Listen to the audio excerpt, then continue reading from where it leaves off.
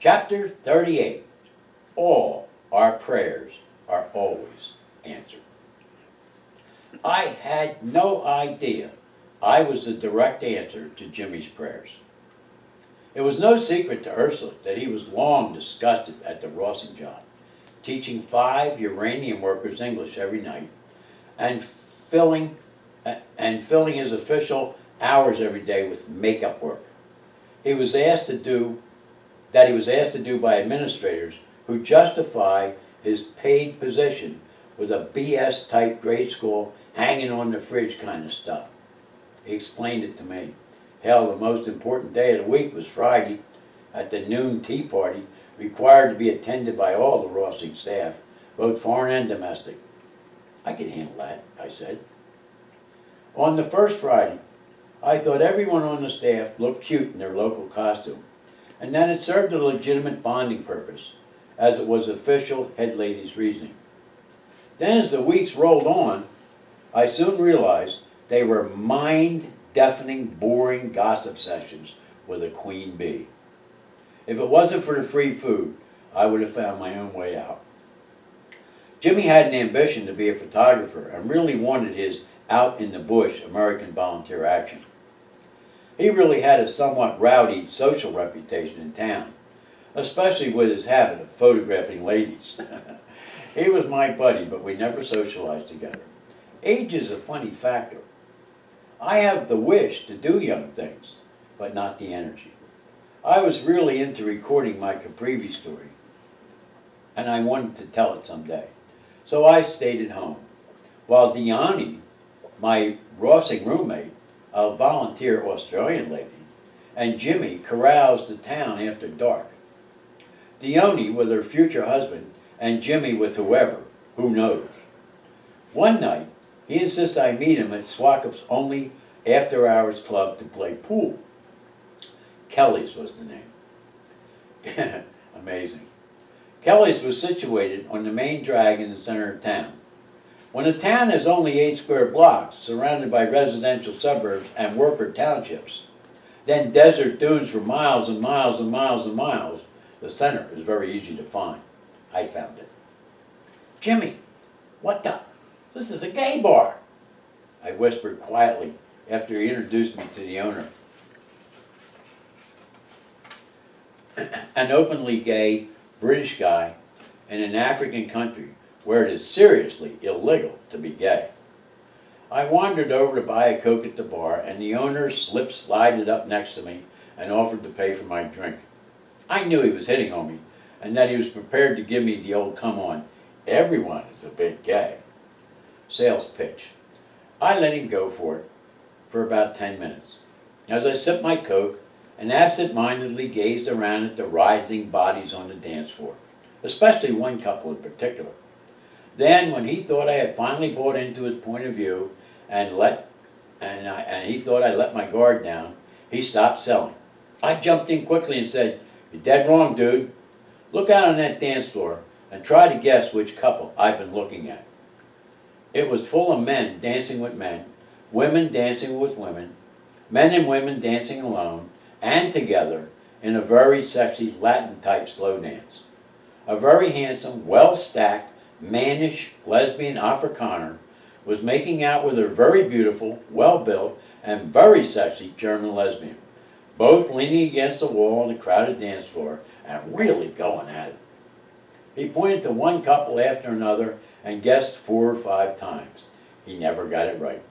I was watching the sexy lesbians. I couldn't take my eyes off them. They were the sexiest turn-on I ever witnessed, and it made my point to the owner. He let me be. Later, we actually became very good friends. Jimmy finally left for the bush. I inherited his metal frame bed in Dione's room. I was sleeping in the front room on the floor with a chair. But I had a metal frame with bare springs, but no mattress, and my trusty sleep bag. I brought it with me. It was given to me by Delaware prosecutors that I had served with as a public defender in family court, and presented to me by Adam Balick, along with other things to use in Africa before I had actually shipped out to come over. I settled down, and I got back into good physical shape by a routine of 7 miles a day walking to and from the Rossing Foundation School. I was eating regularly, sleeping regularly, walking around to the shops in town, and thinking about how do I get judo going. Suddenly one day downtown, I bumped face to face into a full-bearded, Afrikaner-speaking German doctor, the father of Dione's beau. "Hey mate, do you need a senpai?" Senpai is a Japanese word meaning an older man as a mentor. I sensed he was serious and that he understood my adopted Japanese warrior culture of mental discipline. We talked. He really did understand the warrior culture. He had been a top medical officer in the South African Army, and I knew I needed him. I accepted. We bonded immediately, and my life took on another positive turn, and he remains still one of my very best friends to this day. We still write very often and send emails back and forth to each other. Note, I returned to the States years ago.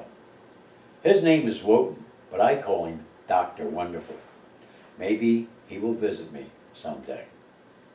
Wotan said, "I hear there are gymnastic mats on the floor of a big room not used in the evenings at the English school out in Veneta." I live close by, and that was the beginning of a beautiful friendship.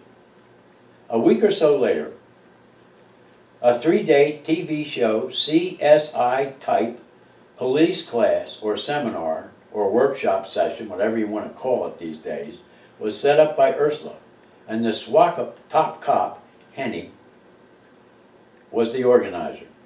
It was the Rossing Foundation's NGO experiment to specifically train an entire west coast region of Namibia, including Swakopmund, Arandis, Walvis Bay, and Hintis Bay. All the police personnel in all of them in a constitutionally mandated English language to help them recognize and protect the validity of possible valuable forensic evidence on the scene of a suspected crime that is needed for competent testimony toward a conviction at a trial. If it worked, it could easily go national, and Rossing was a powerfully built, political, connected organization through their uranium mining interests. I was a public defender for 12 years in Delaware, criminal courts, with oodles of experience in criminal trials. So I became the perfect person to set up and lead the criminal evidence investigation drills for the cops. It was a blast. Finally, I was doing something that will benefit this new English-speaking democratic nation.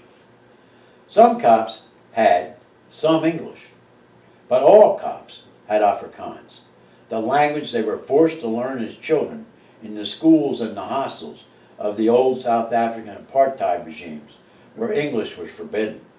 Namibia was called Southwest Africa before independence.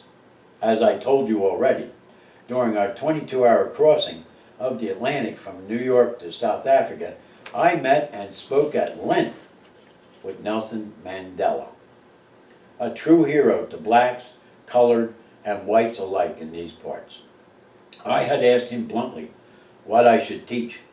He explained the best value I could leave behind from my personal volunteer effort in Africa was to teach racial tolerance and love your neighbor to the entire Namibian population. I was entirely awed by that man. He really got me started and opened my heart. During the first crime scene investigation, I played the dead guy, lying over a table bleeding with a knife sticking out of my back. I had trapped it in my arm. The investigating officer entered the crime scene, surprised at the realism, sucked in air and gasped, "Oh my, Master Tommy," and pulled the knife out of my back by the handle, leaving his own print on it. We convicted him of murdering me. We all howled. Damn, it was fun using my brain again. During one wrap-up session at the end of the second day, I had a really giant of a cop as my criminal. None of them would play criminal until they were ordered by Henny, the head man. They just wouldn't do it. He was told to be belligerent and obnoxious, which is totally alien to Namibians. they might be the gentlest of all Africans. He was reluctant to oppose me. Henny ordered him loudly to resist me. He did, and I moved him gently, like a helpless child, into the next room, and they all oohed and awed, applauding. I spun around, confronted them, and I yelled, "Do you want to learn that?" They all yelled back, "Yes, sir," in English. I yelled, "Find me some mats." I could actually smell my national judo team forming right in front of my eyes, and I knew my new career of teaching English was not destined for a structured classroom of tired uranium workers trying to stay awake after mining uranium all day long. Henny, the head cop, appeared in dress uniform at my door a week later. It was dusk. He said, "Come with me. We found some mats." His uniformed driver took us to what appeared to be a large school complex in the Veneta. I saw a sign, English High School, and I remembered Votan's words. It was now dark, and we used flashlights to enter the school property by a key into the side door of the middle school in the largest building. When he flipped on the overhead lights, I saw the entire floor covered with bright red indoor-outdoor rough carpet flooring, and I felt a drop in my enthusiasm. Henry saw my disappointment and he added quickly, "They are sponge rubber underneath and on the bottom. Walk on it." I did better than that. I did a rolling breakfall, slamming as hard as I could. The light and the noise awoke the bats.